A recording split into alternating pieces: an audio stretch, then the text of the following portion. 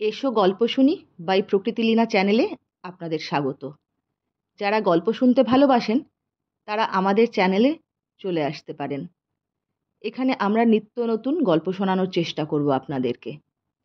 আর যদি আমাদের গল্প আপনাদের ভালো লাগে তাহলে চ্যানেলটিকে সাবস্ক্রাইব করে বেল আইকনটিকে প্রেস করে রাখবেন।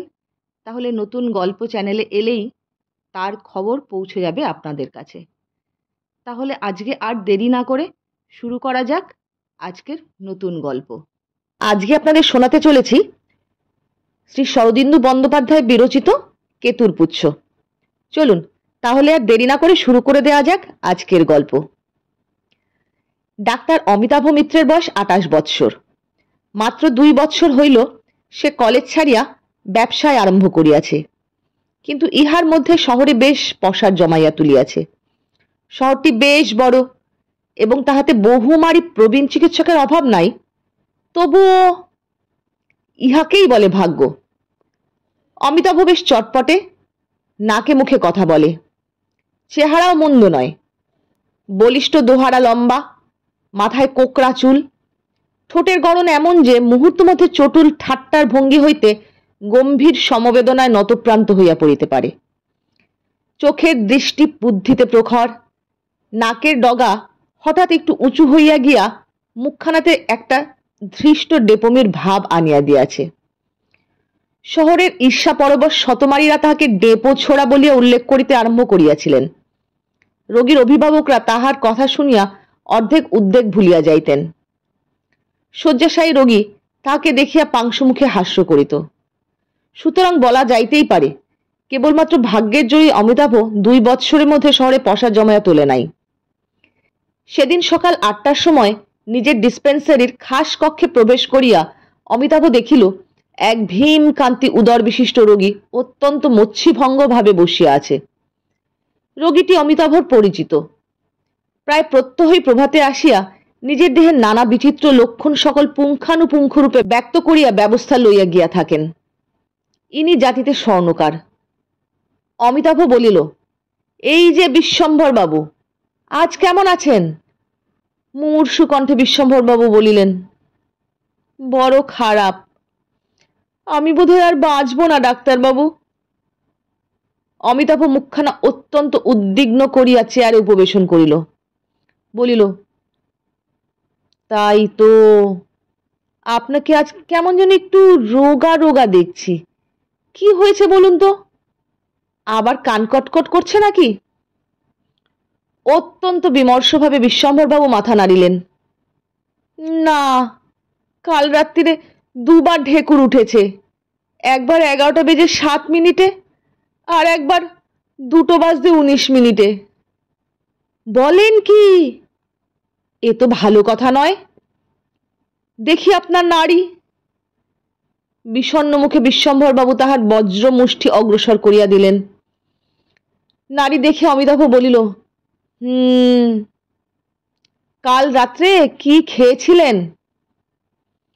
কাতর কণ্ঠে বিশ্বম্ভরবাবু আহারের যে ফর্দ দিলেন তাহা শ্রবণ করিলেই সহজ মানুষের অজীর্ণ রোগ জন্মে। অমিতাভ কিন্তু তিল মাত্র বিচলিত না হইয়া বলিল, তাই তো, এমন কিছু গুরুভোজন তো হয়নি যার জন্য রাত্রে 2 বার ঢেকুর উঠতে পারে। তবে কেন এমন হলো? বিশ্বম্ভর বলিলেন, ডাক্তারবাবু, আমি কি সত্যিই বাঁচব না? ঈষৎ হাসিয়া অমিতাভ বলিল, আপনি ভয় পাবেন না। আপনার মতো লোক যদি অকালে মৃত্যুমুখে পতিত হয় তাহলে আমরা আছি কি জন্যে? একটা ওষুধ লিখে দিচ্ছি, সেইটে খাবার পর 2 বেলা ব্যবহার করুন। ওষুধটা অবশ্য দামি। কত দাম? 3.5 টাকা পড়বে। বেশ, লিখে দিন। প্রাণের কাছে 3.5 টাকা আর কি বলুন? বলিয়া বিশ্বম্ভর গভীর দীর্ঘশ্বাস মোচন করিলেন। টাকা ডায়াস্টেস অ্যাকটাইকোটিস সহযোগে একটি হজমি প্রেসক্রিপশন লিখিতে লিখিতে অমিতাভ জিজ্ঞাসা করিল, আজকাল আপনার স্ত্রী কেমন আছেন? বিশ্বম্ভর বলিলেন, বেশ ভালোই আছে। কাশিটা এখনো যায়নি। কাশে মাঝে মাঝে, কিন্তু সে কিছু নয়। সন্ধ্যাবেলা জ্বর আসতো, সেটা এখনো আসে নাকি? অনিচ্ছাভরে বিশ্বম্ভর বলিলেন, আসে হয়তো, ঠিক বলতে পারি না। আর মেয়ে মানুষ, বুঝলেন না, অমনি একটু আধটু। সে তো বটেই। প্রেসক্রিপশন বিশ্বম্ভরকে দিয়ে অমিতাভ বলিলেন, তবে আমার মনে হয় তাকে কয়েকটা ক্যালসিয়াম ইঞ্জেকশন দেয়া দরকার। অবশ্য আপনার তুলনায় তার অসুখ কিছুই নয়, তবুও। বিশ্বম্ভর একটু গম্ভীরভাবে বলিলেন, নিজের অসুখের চিকিৎসা করতে করতেই লম্বা হয়ে গেলাম ডাক্তারবাবু, তার উপর আবার যদি। অমিতাভ জানিত বিশ্বম্ভরের লম্বা হইতে এখনো অনেক বিলম্ব আছে, তবুও সে বলিল, আচ্ছা, তাকে আপনি এখানে নিয়ে আসবেন, আমি অমনি ইঞ্জেকশন দিয়ে দেব, ওষুধের দামটা খালি দিতে হবে। বিশ্বম্ভরবাবু অপ্রসন্ন মনে কিয়ৎকাল চিন্তা করিয়া শেষে বলিলেন, আচ্ছা দেখি। ডাক্তারবাবু, আপনি দৈব ওষুধে বিশ্বাস করেন? অমিতাভ তৎক্ষণাৎ বলিল, হ্যাঁ করি বই কি, তবে সামান্য অসুখে দৈব ওষুধ তেমন কাজ করে না। আপনি বরঞ্চ নিজে ব্যবহার করতে পারেন।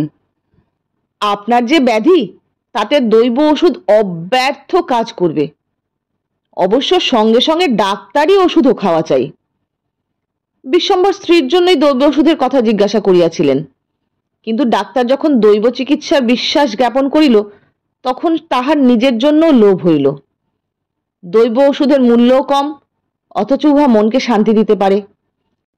তিনি সাগ্রহে জিজ্ঞাসা করিলেন, এমন কাউকে জানেন ডাক্তারবাবু যে মাদুলি টাদুলি দিতে পারে? তাহলে হয়তো। এমন সময় টেবিলের উপর টেলিফোন ক্রিং ক্রিং করিয়া বাজিয়া উঠিল। টেলিফোন তুলিয়া লইয়া অমিতাভ বলিল, কে আপনি? আরে বিন্দা, কি খবর? যেতে হবে, কি হয়েছে? মিনা ভালো আছে তো? যাক, আমি ভেবেছিলাম মিনার বুঝি অসুখ করেছে। বিশ্বম্ভরবাবু মাদুলির কথা ভুলিয়া এই একতরফা আলাপ শুনিতে লাগিলেন। Surgery case? কার উপর অস্ত্র করতে হবে? কেতু? মিনার? কি বললে? ছেলে? ও বুঝেছি, তা বেশ। 8 টাকার কমে আমি ছুরি ধরি না, কিন্তু এ কেসে ডাবল ফি চার্জ করব। রাজি আছো? বেশ। মিনা কোথায়? ঘরেই আছে? তাকে ফোন ধরতে বলো। ভালো আছো মিনা? তোমার ছেলে অর্থাৎ কেতুর বয়স কত হলো? 2 মাস? কি বললে? ভালো শুনতে পেলুম না। আমার মনে হলো তুমি বললে ধ্যাত। যা হোক, এ মাসের মধ্যেই তোমার বিয়ে, তার আগে তোমার ছেলের রোগ সারিয়ে দিতে হবে, কেমন?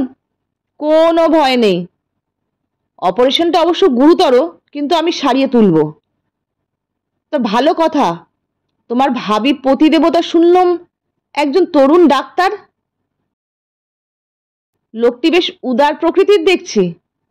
অভিনন্দন জানাচ্ছি। আশা করি তোমরা সুখী হবে। পরমেশ্বরের কাছে দম্পতির দীর্ঘ জীবন কামনা করি। না না, রাগ নয়, সে তো এরপরে সারা জীবন ধরেই আছে। কিন্তু রবিবাবুর সেই কবিতাটা মনে আছে তো? খ্যাতির ক্ষতিপূরণ প্রতি দৃষ্টি রাখিয়া হরিণ আঁখি। আমিও এখন থেকে ক্ষতিপূরণের দাবি জানিয়ে রাখছি। কিসের ক্ষতি? বলো কি?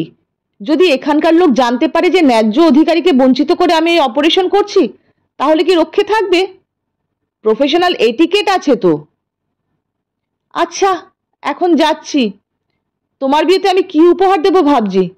কি দিলে ভালো হয় বলো তো? একটা কুমিরের চামড়া সুটকেস? না। 1 সেট চায়ের বাসন? তাও না। তবে একটা আস্ত মানুষ চাই। আচ্ছা মিনা, তুমি দূর থেকে তো বেশ কথা কইতে পারো, মুখোমুখি হলে আর মুখ দিয়ে কথা বেরোয় না কেন? লজ্জা? আমার হৃদয় প্রাণ সকলই করেছি দান, কেবল শরমটুকু রেখেছি। হা হা। কবিতা বললাম চটে যাও কেন? যাচ্ছি যাচ্ছি, 15 মিনিটের মধ্যে গিয়ে পৌঁছবো। কেতুর বাবাকে আমার ভালোবাসা দিও। অপর প্রান্ত হইতে টেলিফোনের তার কাটিয়া গেল। ফোন রাখিয়া দিয়া অমিতাভর চেতনা হইল যে বিশ্বম্বরবাবু এতক্ষণ একাগ্র মনে তাহার কথা শুনিতেছিলেন। সে চট করিয়া মুখখানাকে গম্ভীর করিয়া ফেলিয়া বলিল, আমাকে এক্ষুনি বেরুতে হবে, একটা শক্ত অপারেশন আছে। বিশ্বম্বরবাবু কৌতূহল নিবারণ করিতে পারিলেন না, জিজ্ঞাসা করিলেন, কোথায় যেতে হবে?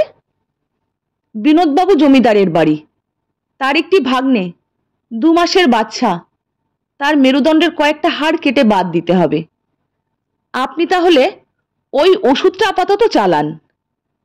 অপারেশনের অস্ত্রাদি ব্যাগে লইয়া অমিতাভ তাহার 10 মডেল অস্টিন গাড়িতে চড়িয়া প্রস্থান করিল। বিশ্বম্বরবাবু কিছুক্ষণ হতভম্ব হইয়া বসিয়া রহিলেন। জমিদার বিনোদবাবুর পরিবারস্থ সকলকেই তিনি চেনেন, কেবল ভ্রাতা আর ভগিনী, আর কেহ নাই। উভয়ে অবিবাহিত। সম্প্রতি ভগিনীর বিবাহের সম্বন্ধ স্থির হইয়াছে। এই সূত্রে বিশ্বম্বরবাবু প্রায় 15,000 টাকার গহনা সরবরাহ করিবার ফরমাস পাইয়াছেন। অথচ বিনোদ বলিল, ডাক্তার বলো আর গোবদ্দিই বলো, তুমি ছাড়া মিনার কারুর উপরে বিশ্বাস নেই। বিনোদের পড়ার ঘরে বিনোদ ও অমিতাভ মুখোমুখি বসিয়াছিল। মিনা দাদার চেয়ারের পিছনে দাঁড়াইয়াছিল। ছোটখাটো মেয়েটি, বয়স 17 কি 18। সুন্দর চোখ দুটিতে আশঙ্কার ছায়া স্বাভাবিক লাজুকতার সহিত মিশিয়া তাহাকে যেন আরো ছেলে মানুষ করিয়া দিয়াছে। অমিতাভ তাহার দিকে চোখ তুলিয়া মৃদু হাস্যে বলিল, একেই বলে পূর্বরাগ। ডাক্তারের কথা ছেড়ে দিলুম, কিন্তু গোবর্দির চেয়েও আমার উপরে বেশি বিশ্বাস। খাঁটি ভালোবাসা না হলে এমন হয় না।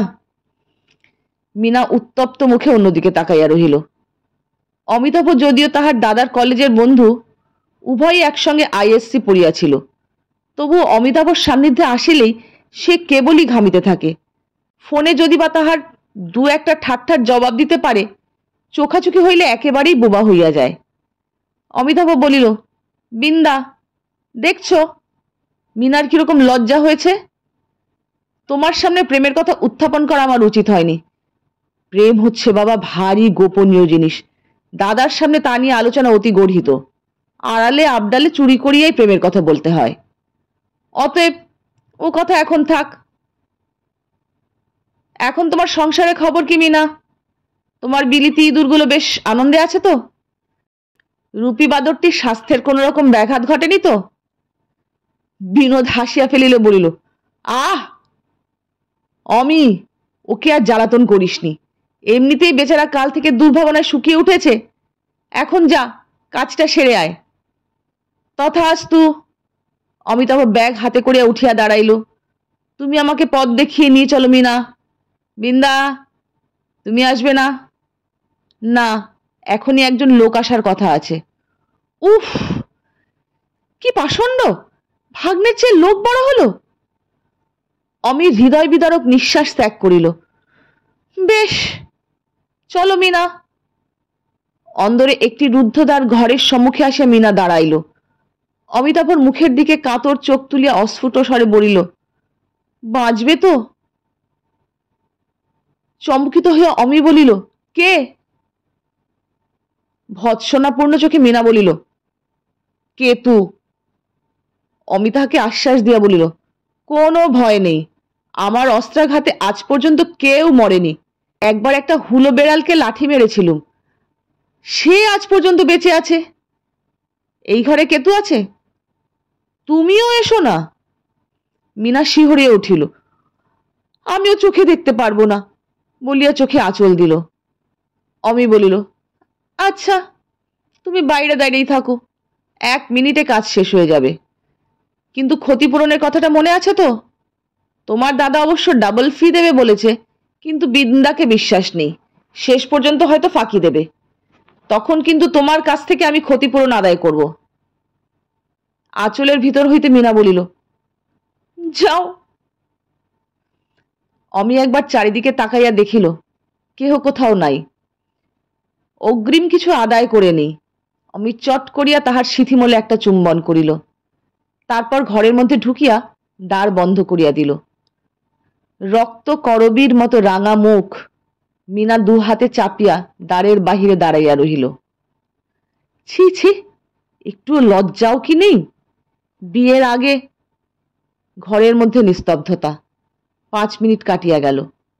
মিনা উদ্বিগ্ন হইয়া উঠিতে লাগিল। কেতু কি? তারপর সহসা ঘরের ভিতরিতে তারস্বরে চিৎকার উঠিল, কিউ কিউ কিউ। ক্রমশ কুকুর শাবকের কাতরোক্তি ক্ষীণ হইয়া থামিয়া গেল। মিনিট 2-3 পরে অমি বাহিরে আসিতেই মিনা ব্যাকুল বিস্ফোরিত চক্ষে তাহার পানে তাকাইল। অমি নিজের মুঠি তাহার দিকে বাড়াইয়া বলিল, এই নাও। না বুঝিয়া মিনা হাত পাতিল। কেতুর কর্তৃত পুচ্ছটি তাহার হাতে দিয়ে অমি বলিল, অপারেশন সাকসেসফুল, রোগী এখন নিদ্রা যাচ্ছেন। মিনা ল্যাচটি ছুঁড়িয়া মাটিতে ফেলিয়া দিল। তারপর ঘরে গিয়া ঢুকিল। অতর্কিতে অমির পিঠে একটি কিল মারিয়া দরজায় খিল লাগাইয়া দিল। অমি কিছুক্ষণ দাঁড়াইয়া রহিল। তারপর ক্ষুদ্র পুচ্ছাংশটি পকেটে পুরিয়া মৃদু হাসিতে হাসিতে বাহিরের দিকে চলিল। বাহিরের ঘরে আসিয়া অমি দেখিল বিশ্বম্ভর বাবু বিনোদের কাছে বসিয়া আছেন। বিস্মিত হইয়া বলিল, এ কি বিশ্বম্ভর বাবু, আপনি এখানে যে? বিনোদ বুঝাইয়া দিল যে বিশ্বম্ভর বাবু মিনার বিবাহের সমস্ত গহনা গড়ার ভার লইয়াছেন, সুতরাং তাহার এ বাড়িতে যাতায়াত বিচিত্র নয়। অমিতাভ কিছুকাল অপলক দৃষ্টিতে বিশ্বম্ভর বাবুর দিকে তাকাইয়া রহিল। তারপর অঙ্গুলি সংকেতে তাহাকে ডাকিয়া বলিল, এদিকে একবার শুনে যান, একটু কথা আছে। বিশ্বম্ভরকে আড়ালে লইয়া অমি বলিল, আপনি আজ মাদুলি ধারণের কথা বলছিলেন না? হঠাৎ মনে পড়ে গেল আমার কাছে ভালো দৈব ওষুধ আছে। বিশ্বম্ভর উৎসুক নেত্রে চাহিয়া রহিলেন। অমি গম্ভীর মুখে বলিল, কেতু গ্রহই আপনার অনিষ্ট করেছে।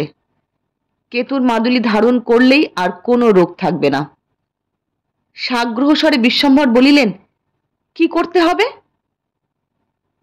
পকেটে হাত পুরিয়া কেতুর পুচ্ছুটি নাড়িতে নাড়িতে অমি বলিল, একটি বেশ বড় দেখে সোনার মাদুলি তৈরি করে কাল আপনি আমার কাছে নিয়ে যাবেন। আমি তাতে দৈব ওষুধ ভরে দেব। মাদুলিটি অন্তত 3 ইঞ্চি লম্বা হওয়া চাই, আর সেই অনুপাতে মোটা। সেটি গলায় ধারণ করতে হবে। হাত ঘষিতে ঘষিতে বিশ্বম্ভর বলিলেন, যে আজ্ঞে। আর আপনার স্ত্রীকেও সেই সঙ্গে নিয়ে যাবেন, ইঞ্জেকশন দিয়ে দেব। ঈষৎ ম্লান হইয়া বিশ্বম্ভর বলিলেন, আচ্ছা। হ্যাঁ, আপনি যখন এ বাড়ির শ্যাকরা, তখন ওষুধের দামটা আর আপনাকে দিতে হবে না। পুনরায় উৎফুল্ল হইয়া বিশ্বম্ভর বলিলেন, যে আজ্ঞে। কেমন লাগলো আমার গলায় কেতুর পুচ্ছ গল্পটি? ভালো মন্দ যেটাই লাগুক, আপনারা আপনাদের ফিডব্যাক অবশ্যই দেবেন। আপনাদের মতামত আমার জন্য খুব দামি।